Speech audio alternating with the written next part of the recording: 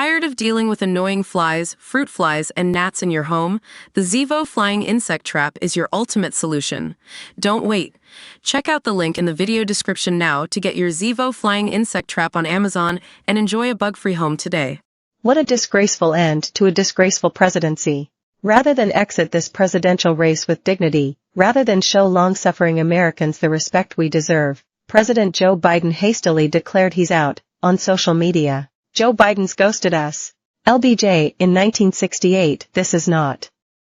In fact, this withdrawal, in tone, tenor, shame, and bitterness, calls to mind none other than Richard Nixon's resignation. Biden has humiliated himself, the nation, the Democratic elites, mega-donors, and liberal media enablers who spent years covering for him. And he didn't even initially endorse his vice president. Someone had to clean up aisle 9 on X with a hasty follow-up Kamala endorsement tweet. I believe it is in the best interest of my party and the country for me to stand down, his letter read. Finally, Dr. Jill must be under heavy sedation. Her personal account on X, as of this writing, is still bannered with, "Let's finish the job." She could only bring herself to retweet her husband's letter with no remarks of her own, just a love heart emoji. Stay classy, Jill and Joe. So suddenly did this Sunday afternoon announcement land that one wonders if it was released before Biden could change his mind. Before Hunter could fly back from his Malibu manse. Before Barack Obama would be forced to give the fatal shove. Announcements of this magnitude are typically presaged with an alert to the media. Early reports are that Biden's top campaign staff didn't know about it, with a handful told just 1 minute before someone pushed publish. It all raises more questions. Such as, who wrote it? When was it drafted? Was it his decision alone, or was he coerced? Why didn't Biden, like LBJ before him, announce his monumental decision to stand down during a primetime televised address from the Oval? Is he that far gone, unable to read prepared marks from a teleprompter? Who is running this country?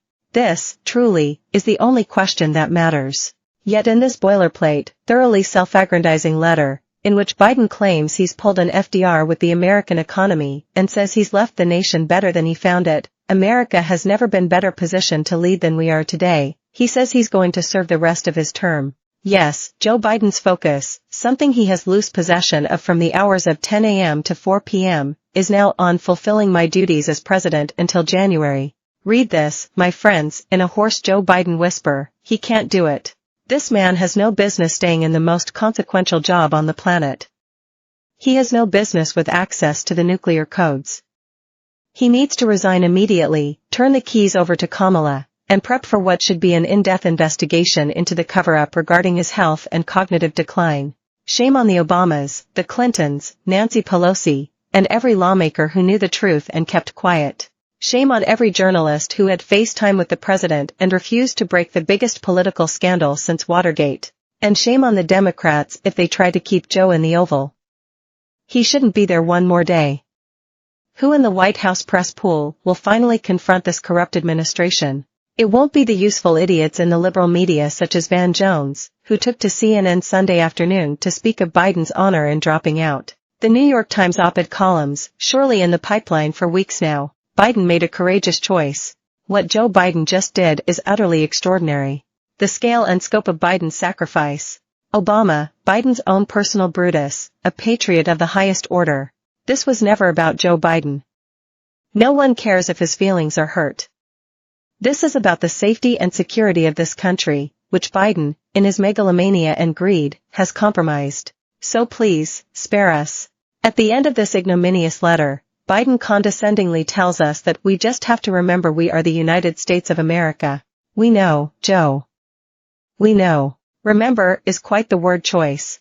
After all, the only person who needs reminding that, yes, we are America, a democracy that elects our leaders, not shadow governments, is President, for now, Biden.